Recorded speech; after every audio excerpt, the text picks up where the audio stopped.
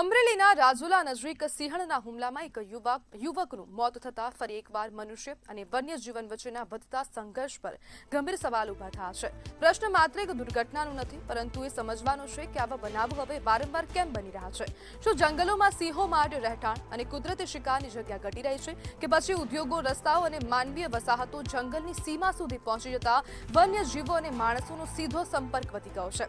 નિષ્ણાતોનું માનવું છે કે ગીર અને આસપાસના વિસ્તારોમાં સિંહોની સંખ્યા વધી છે, જેના કારણે તેઓ નવા વિસ્તારોમાં ફરી રહ્યા છે।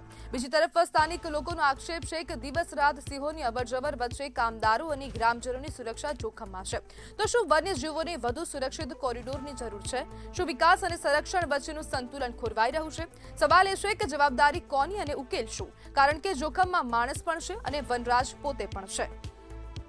અને ગુજરાતમાં સિંહોની સંખ્યામાં સતત વધારો થઈ રહ્યો છે। 800 પાર તેમની જે વસ્તી છે તે થઈ ગઈ છે। 2025માં જે આંકડા સામે આવ્યા સિંહોની વસ્તી ગણતરીના, તે આંકડા તેવું જ કહી રહ્યું છે કે સિંહોની વસ્તીમાં સતત વધારો નોંધાઈ રહ્યો છે।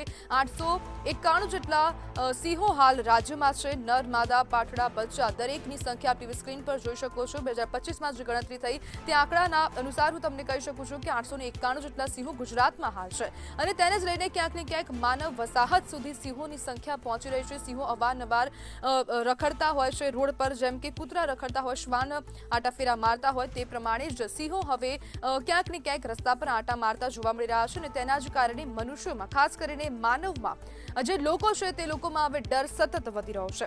અને આ જ મુદ્દે આપણી સાથે ચર્ચા કરવા માટે સામાજિક આગેવાન પારસ સોજિત્રા જોડાઈ ગયા છે। પારસભાઈ, વારંવાર સિંહોના જે હુમલા થઈ રહ્યા છે લોકો પર, તે હુમલાનું કારણ આપ શું માની રહ્યા છો? સતત હુમલાઓ થઈ રહ્યા છે। આમ તો છેલ્લા અમરેલી જિલ્લામાં જોઈએ તો આજે હજુ કદાચ મીડિયાના ધ્યાનમાં નથી આવ્યો, આજે ચોથો હમણાં જ એક કિસ્સો બની ગયો છે કે 5 દિવસથી એક વૃદ્ધ લાપતા હતા, જેમની અત્યારે અવશેષો મળ્યા છે। જે પ્રાણીએ ખાધેલા છે, અને સ્પષ્ટ ત્યાંના લોકોનું અને ગ્રામજનોનું માનવું છે તો ત્યાં સિંહનો હુમલો છે।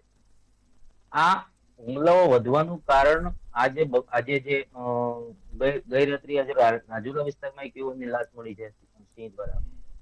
તો રાજુલા છે, સાવરકુંડલા છે, બગસરા છે, ખાંભા છે, આ નવો વસવાટ છે સિંહ, જે કાયમી વસવાટ ન હતો, પણ આજથી 5 વર્ષ પહેલા અહીંયા અવરજવર હતી। આજે હવે જે વિસ્તારો છે એમાં કાયમી વસવાટો સિંહોના થઈ ગયા છે, જેના કારણે આજે અહીંયા જે લોકો છે આ લોકોને સિંહોનો કોઈ એક્સપિરિયન્સ નથી। એટલે આવી જે ઘટનાઓ બને છે આમાં કદાચ મારું એવું માનવું છે કે આ જે નવી પેઢી છે સિંહોની, એમાં ખાસ એના સ્વભાવમાં બદલાવ આવ્યો છે। પારસભાઈ, આપ જે પ્રમાણે કહી રહ્યા છો કે સિંહોની નવી વસ્તી, નવા જે યુવાનો, જે આપ કહી રહ્યા છો યુવાધન, સિંહોનું યુવાધન કહી શકાય, તો તે લોકોના સ્વભાવમાં ચેન્જીસ આવશે, પરંતુ અહીંયા આપણે એ પણ ભૂલવું ન જોઈએ, કારણ કે હવે ખાસ કરીને સિંહનો જે વિસ્તાર છે ત્યાં માનવ વસાહત સતત જોવા મળી રહી છે। લોકોની અવરજવર ત્યાં વધી ગઈ છે, લોકોને સિંહો જોવા ગમી રહ્યા છે, તો ખુલ્લેઆમ તેમની સામે જઈ રહ્યા છે, પજવણીઓ થઈ રહી છે, તો એક તેનું પરિણામ આપણે માની શકીએ કે આપણે માનવ દખલ ત્યાં કરી રહ્યા છે તેમના કુદરતી વસાહતમાં? ના, જુઓ, આ જે મેં વાત કરી, જે વિસ્તારની વાત કરી, એ રેવન્યુ વિસ્તાર છે। અહીંયા સિંહોનો વસવાટ છે નહીં, પણ કુદરતી રીતે એમણે વસવાટ અહીંયા કર્યો છે।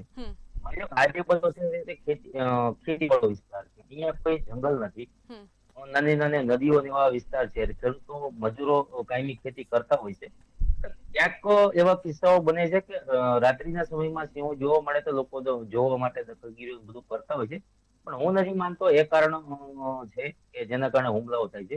કે છેલ્લી જે હમણાં વાત કરી, આજે સાંજ સુધી તમને આના ન્યૂઝ મળશે, એ વૃદ્ધ ધોળે દિવસે ત્યાં ટ્રેક્ટર ચલાવતા હતા, અને જ્યાં કોઈ જંગલ નથી, કોઈ નદી નથી, કોઈ ઝાડી નથી, ત્યાં જ એનું મૃત્યુ થયું છે। અને સિંહ દ્વારા થઈ છે, હું 100% હું માનું છું કે એ સિંહ જ નીકળશે। પણ આ જે ઘટનાઓ બને છે એ જંગલ હોય અને આ બધી વસ્તુ થતી હોય, જંગલ વિસ્તારમાં લોકો જતા હોય તો એ વસ્તુ આખી અલગ છે। રેવન્યુ વિસ્તારમાં એટલે માણસોના વસવાટની વચ્ચે સિંહો આવે છે, એટલે હું નથી માનતો કે માણસોનો કોઈ વાંક હોય, કારણ કે માણસોની વસાહતમાં સિંહો આવે છે। તો પારસભાઈ, હવે જે વન વિભાગ છે તેમની કામગીરીને તમે કેવી રીતના જોઈ રહ્યા છો? હું આમાં કોઈ સિંહ તો એક પ્રાણી છે, એના માટે સૃષ્ટિમાં જેટલા પણ જીવો છે એ એના માટે એક ખોરાક જ છે, એમાં માણસ પણ આવી જાય છે.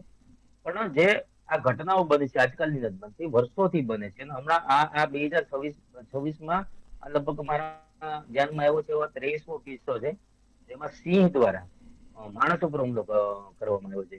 આપણે વાતો સાંભળી છે ને અમારા તો વડવાઓ કહેતા સિંહ અને માણસની દોસ્તી કંઈક અલગ છે. તો આજે દોસ્તી અને એનું જે કનેક્શન છે આજે તૂટી ગયું છે. માની લો કે સિંહની વસ્તી દર વર્ષે એક નવી પેઢી આવે છે. તો આ પેટર્ન એને છેલ્લા 5 વર્ષથી વધી તો 5 પેઢી એની બદલાઈ ગઈ છે. તો એના જે હમણાં જે કિસ્સો મારા ગામ ખાતે બન્યો હતો, એમાં સિંહણે એના જે છાવકોને શિકાર કઈ રીતે શીખવું, આ સંદર્ભે એક બાળકનું મૃત્યુ થયું છે. માની લો કે અત્યારે જે સિંહણ એના બચ્ચાને શીખવું છે, એની ઓછામાં ઓછી એની ઉંમર 5 થી 6 વર્ષ હશે. તો મને 5-6 વર્ષની પેઢી છે એ માણસ ઉપર હુમલો કરતા શીખી છે. તો આગળ જતા આજે તમે વાત કરી કે 800 થી પ્લસ એટલે 900, મેં માની 900 ની વસ્તી છે. તો 900 ની જો આમને સતત વસ્તી વધશે તો 900 ને 1800 થતા વાર નહીં લાગે કદાચ આગળના 5 થી 10 વર્ષમાં.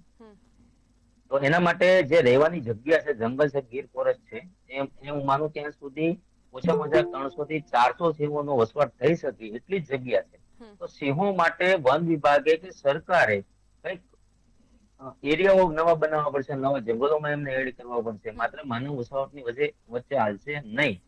કારણ કે આજે માની લો કે આ શરૂઆત થઈ છે. જ્યારે માણસ અને સિંહની જે દોસ્તી છે એ હવે મને એવું લાગે છે કે તૂટે છે. જ્યારે માણસને એવી જોખમ લાગશે કે સિંહો અમારા માટે જોખમકારક છે, ત્યારે આ જ માણસ સિંહોને મારી નાખશે.